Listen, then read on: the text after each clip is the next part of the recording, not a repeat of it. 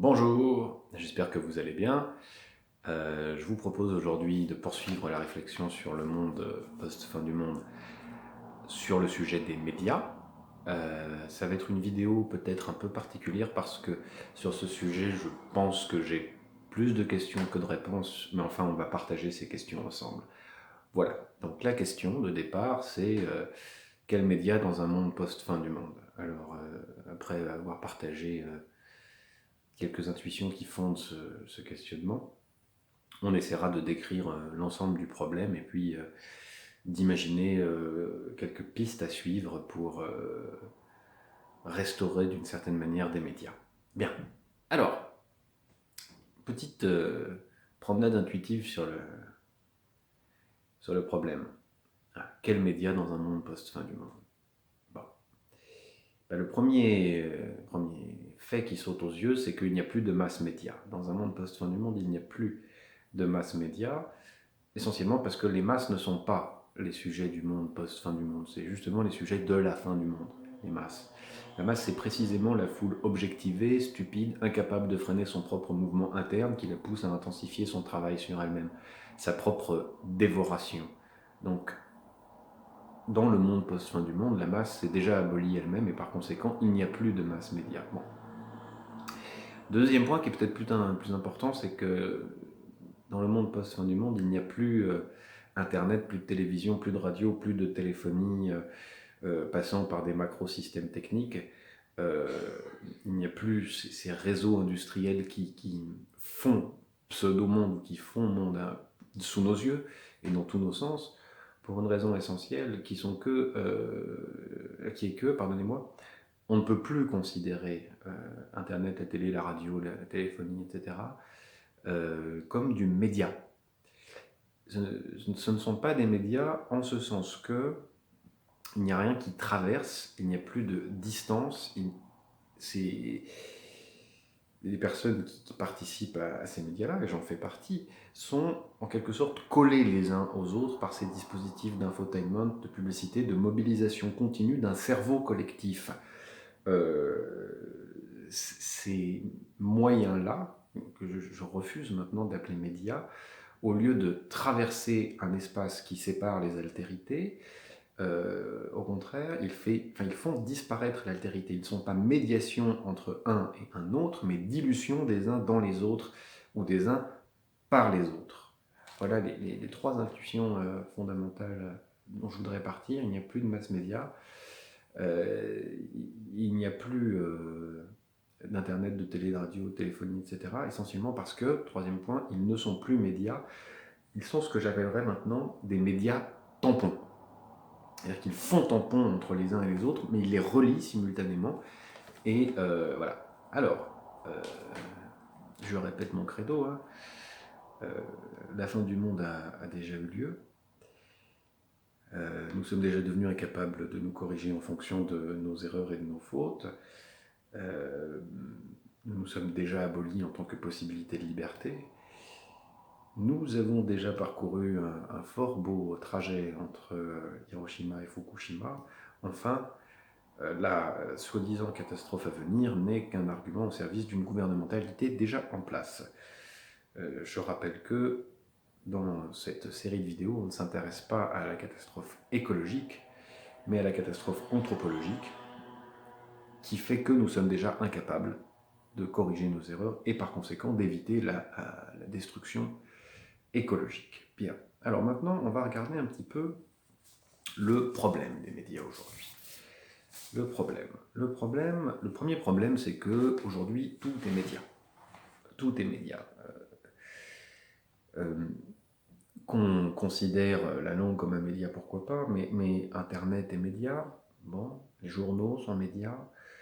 La presse, papier, la presse, Internet, la TV, la radio, tout ça c'est média. Mais encore, nos t-shirts en tant qu'espace publicitaire sont des médias. Le portable qu'on a intégré sur soi est un média. Même le train est un média. Et le train est un média de deux manières, parce qu'il y a des publicités dans les gares sur le train, et encore parce que c'est un espace Wi-Fi. Donc si vous voulez, nous promenons dans un espace qui est littéralement omnimédia, totalement média.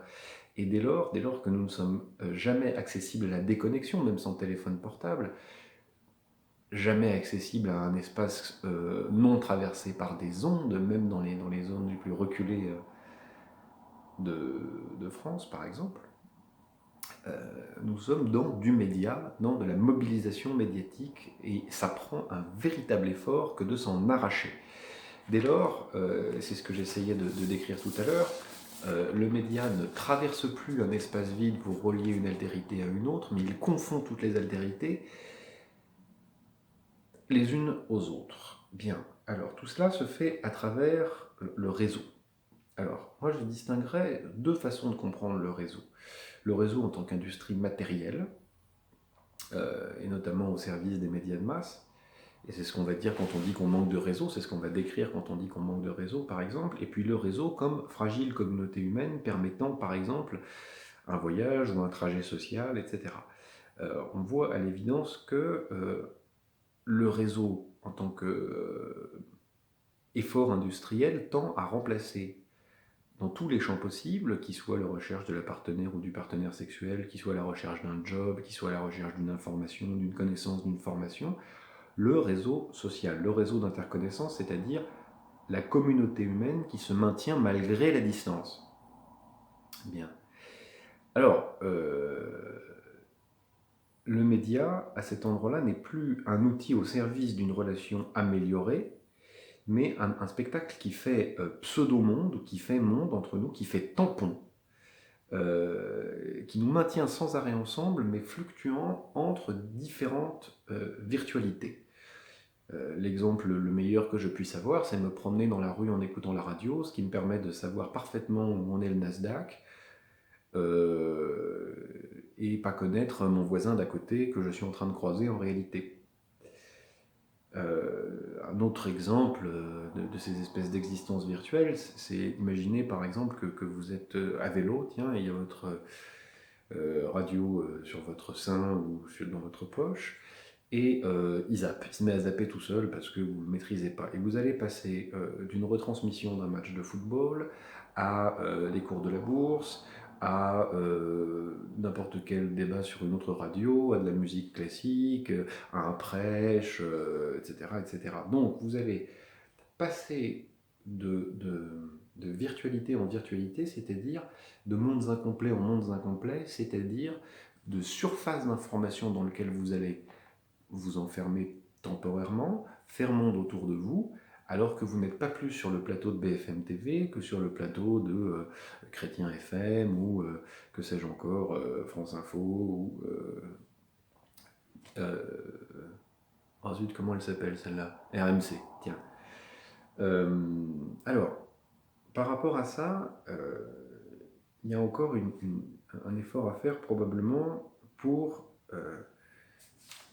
penser le problème de l'information, et il y a plusieurs entrées par rapport au problème de l'information. Souvent, quand on est militant de tel ou tel parti, on va affirmer que le droit à l'information est un support de la vie publique, et notamment en démocratie, et que le fait d'être bien informé permet d'être un bon citoyen. Et au contraire, le fait d'être désinformé, évidemment, empêche d'être un bon citoyen, et en ce sens, la presse constituerait quelque chose comme un quatrième pouvoir. Seulement, ça pose quelques problèmes. D'abord, la transmission, ça peut être une liberté de communiquer, et en ce sens, une forme d'émancipation pour toutes les personnes susceptibles d'être émettrices d'informations et toutes les personnes susceptibles de recevoir l'information. Et puis simultanément, l'information, informer, créer un protocole d'information, c'est aussi systématiquement déformer. Non pas parce que ce qu'on dit est faux, mais parce que, vous voyez, quand on prend un émetteur, un récepteur, il faut absolument que le récepteur soit aux mêmes normes que l'émetteur pour comprendre l'information qui circule. Sans quoi c'est juste de la circulation de matière informe. Pour qu'il y ait réellement information, il faut que, par exemple, vous soyez habitué à prendre pour vous les informations que vous recevez, aussi bien dans la presse qu'à la radio, qu'à la télé, que sur Internet. Et c'est en ce sens que l'information déforme. Bien. Alors, il faut aussi que notre rapport au monde, face à ce flux d'informations, ne soit pas défini par les spécificités du réseau, ce que tout système d'information, en réalité, réclame. Bon, se pose ensuite le problème de la hiérarchisation de l'information, qui est un problème de journaliste, dans le fond. Bon, en tout cas, c'est présenté comme un problème de journaliste. C'est un problème crucial parce que l'information, en tant qu'elle est collective, crée quelque chose comme une conscience collective qui est travaillée par les médias, enfin ce qu'on appelle aujourd'hui les médias, qui sont pour moi aujourd'hui des médias tampons, et crée quelque chose donc comme une conscience collective qui n'est pas originellement collective, qui ne l'est qu'à travers une consommation commune, le seul comportement commun étant en réalité la connexion et l'usage de la connexion, à quel moment on le fait, comment on le fait, pourquoi on le fait. Pour le reste, on nous crée du collectif qui est susceptible de faire tampon entre nous. Je prends l'exemple, parce que c'est là que j'ai pris mes notes, du 18 octobre. Alors, les médias présentaient dans leur globalité les sujets dont je vais vous parler à l'instant, les médias d'actualité j'entends.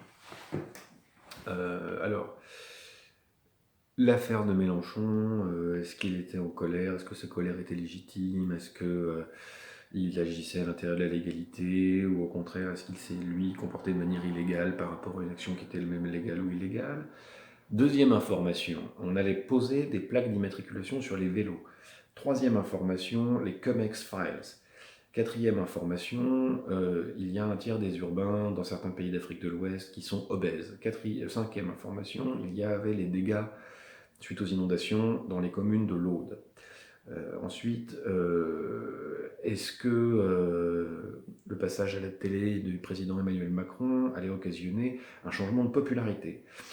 Un meurtre de masse en Crimée, le plus énorme être vivant est en train de mourir, peuplier faux tremble, qui est en fait un arbre assez extraordinaire qui s'est développé en rhizome sur plusieurs hectares. L'impasse du Brexit, qui était un autre thème, et enfin, dernier rebondissement suite à un article de Mediapart, Jean-Luc Mélenchon coucherait avec Chikirou, il aurait un gros zizi et serait un amant, oulala, je vous dis que ça, enfin, tralala, pouette pouette. Voilà. Alors en fait, pour ne rien vous cacher, ça c'est un mélange d'une page du Monde et de France Info. Bien. Devant un tel déluge, il est très difficile de reconstruire une hiérarchie de l'information qui fasse communauté. Alors moi, la première communauté qui me frappe là-dedans, la première vraiment qui me violente, c'est bizarrement les plaques d'immatriculation sur les vélos. Ça, c'est quelque chose dont j'ai pas du tout envie et qui me touche tout de suite parce que je suis un cycliste. La deuxième, c'est évidemment que le plus énorme être vivant soit en train de mourir. Mais ça devient un petit article qu'on confondrait presque avec une pub. Et information face à laquelle je ne dispose pas d'une communauté d'humains avec qui partager ce souci, ce sentiment, ce deuil. Ensuite, les CumEx Files, donc des dossiers sur des formes de détournement plus ou moins légaux d'argent, notamment avec une pratique consistant à se faire rembourser indûment une partie des impôts sur des transactions financières. Bon, ça mériterait peut-être de s'y intéresser profondément. Bon, alors, je reviens vraiment simplement à cette notion de fatras. Ce qu'on appelle l'actualité, en réalité, c'est le fatras d'un côté, et de l'autre, la résultante de ce fatras, c'est-à-dire le fait que nous soyons tamponnés les uns aux autres, sans que rien ne fasse sens, rien ne fasse communauté d'information, et en réalité, on se retrouve dans une espèce de monde fictif dans lequel la seule chose qui existe, c'est le déroulé de cette information, déroulé continu, intempestif, mais toujours sur une ligne d'égalité.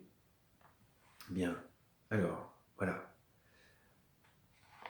Ce face à quoi on est, ce face à quoi on cherche à trouver des réponses, c'est donc un monde dans lequel tout est média, et dans lequel il n'y a plus de médias parce qu'en réalité tout est média tampon, tout est tampon, tout ne crée pas tant d'altérité que plutôt une fusion, une indistinction des sujets, dans lequel il y a une difficulté énorme à produire une hiérarchie de l'information, à ne pas être déformé par l'information dans son forme et dans son fond.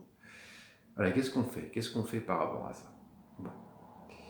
Ben, pour moi, la première chose, c'est éviter...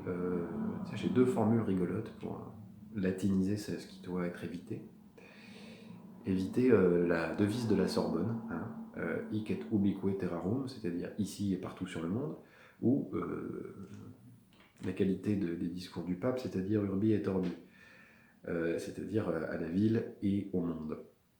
C'est-à-dire la fusion imaginaire qui procède d'une négation de la distance, de la matière et de la durée. Imaginer qu'on puisse être à la fois là et partout à la fois, c'est exactement dans la réinvention des médias qu'il nous faut peut-être faire dans le monde post-fin du monde, la posture à éviter. Voilà, limiter l'ubiquité. Ensuite, essayer de créer non pas un entre-soi, mais un entre-sujet dans l'échange d'informations et dans la communication qui évite la posture du pseudo-savoir.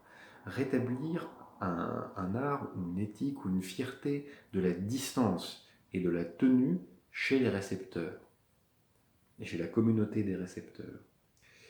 Utiliser peut-être des formes plus anciennes pour faire média, soit le bouche à l'oreille, le main à la main, ce qui se donne de la main à la main, mais aussi le tambour, le spectacle, le cirque, le théâtre, le chant, la mémoire, le livre, pourquoi pas la prêche, bref, tout ce qui engage nécessairement à la fois la distance entre deux corps, la présence des corps, la présence des altérités, peut-être aller chercher du côté de ces formes plutôt que toujours du côté de ce qui fait l'économie du monde, l'économie de la distance, l'économie du réel, qui investit dans la virtualité, etc.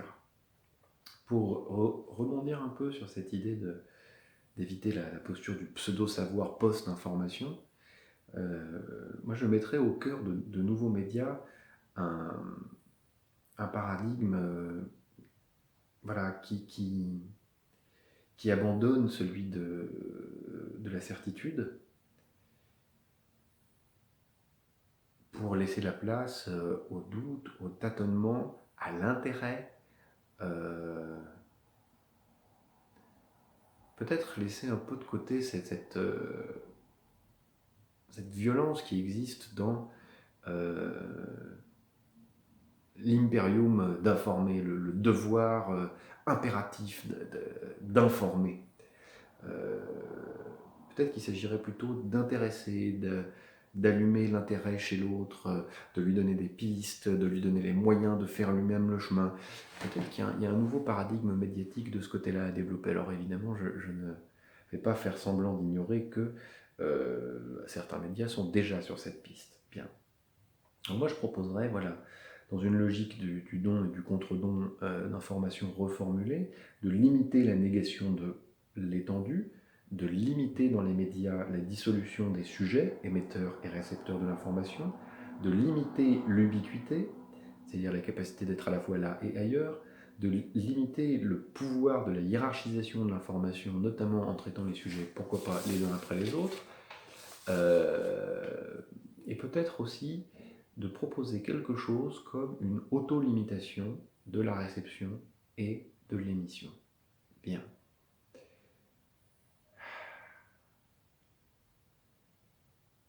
Pour tout dire, je ne sais pas ce que sont les médias et ce que sont les médias dans le monde post-fin du monde. Je ne sais pas. Et je ne sais pas si aujourd'hui, dans le monde post-fin du monde qui nous incombe, nous avons réussi à réinventer des médias. Pour parler franchement, je ne le crois pas. Et je ne crois pas que, bien qu'elle soit nécessaire, la protection des sources d'information, la protection de la liberté des médias soit suffisante. En aucun cas. Je pense que ces derniers doivent, pour pouvoir réellement se renouveler et mériter de participer au monde post-fin du monde, il me semble qu'il va falloir qu'ils travaillent là-dessus, sur le refus de l'ubiquité, sur le refus de la négation du monde, sur la limitation du processus d'information, en tout cas dans ce qu'il a de négatif. Bien. Je ne sais pas. Voilà. Mais ce que j'ai surtout, c'est une intuition profonde. C'est qu'aujourd'hui, les médias ne sont pas des médias, mais des tampons. Et on est comme, vous savez, entre Ouranos et Gaïa. Vous connaissez cette histoire, à l'origine du monde chez les Grecs, le ciel est collé à la terre. Et assurgit de l'univers deux principes, hein, grâce à l'éros ancien, un principe féminin, un principe masculin, Ouranos et Gaïa. Ces deux derniers sont collés l'un à l'autre, ils n'arrêtent pas de faire des enfants qui sont coincés entre leurs corps. Et ça fait que croître en quelque sorte la pression, les enfants que Gaïa fait et qu'elle garde dans son ventre, jusqu'au moment où un des enfants, mandaté par Gaïa, coupe les testicules d'Ouranos, qui a mal, et qui d'un coup va faire la voûte céleste. Bon. Et créer un espace entre les deux, un espace. Dans cet espace, il y a lieu qu'il y ait des médias. En dehors de cet espace, il n'y a pas de médias. Donc il me semble que la tâche qui nous incombe aujourd'hui, c'est de couper les baloches d'Ouranos d'une manière ou d'une autre. Bref, c'est de rétablir un espace. Alors attention, rétablir un espace, ça n'est pas non plus augmenter la transparence. La transparence, c'est plutôt quelque chose qui, pour moi, peut être assimilé au tampon, à l'agglutinement. C'est ce qui fait par exemple que on considère qu'il faut verser la vie privée de quelqu'un à un dossier public pour que chacun puisse bien comprendre ce dont il résulte. C'est le fait que les médias vont se saisir de notre vie privée pour produire de la data. Et là, je parle par exemple de votre téléphone portable ou même de capteurs que vous mettriez vous-même sur vous, pourquoi pas à un moment donné, pour communiquer à l'extérieur sur vos performances, combien vous avez fait de jogging aujourd'hui, etc., etc. Donc, voilà, entre deux corps confondus dans la vie médiatique actuelle, confondus par cette espèce de tampon de cancer qui vous agrippe et vous colle les uns aux autres sans pour autant permettre un d'entre vous, il n'y a pas d'espace de la rencontre. Et c'est ça qu'il s'agit de restaurer, c'est-à-dire un espace à travers lequel il y a en quelque sorte l'occasion de communiquer et de rencontrer. Un espace qui en quelque sorte passe de la communion à la communication. La communion sans espace et dans la fusion à la communication dès lors qu'il y a un espace. Bon, voilà. Il se peut aussi, comme je suis en train de le répéter, que entre émetteur et récepteur, il y a quelque chose comme une éthique de l'ignorance, de la transmission des bonheurs, de l'intérêt et de la transmission du doute qu'il faille élaborer et développer. C'est-à-dire commencer d'abord par peut-être partager ce qu'on ne sait pas, ce dont on doute, les questions, etc. Et de toujours se soucier des quelques points, la déformation imposée par un système d'information, le renoncement à l'ubiquité, on part toujours de quelque part et pas de partout à la fois, et à la négation du monde, à la négation de l'espace et à la proposition de virtualité incessante. Bref, pour me résumer, coupons les couilles de Ouranos, non pas pour le tuer, mais pour recréer un espace de l'altérité et de la différence. Voilà, sur ce, je vous dis à la semaine prochaine. Et d'ici là, amusez-vous bien. J'arrête pas de regarder par là parce qu'il y a une énorme araignée en train de se promener sur mon mur. Voilà, vous savez tout. Tchou.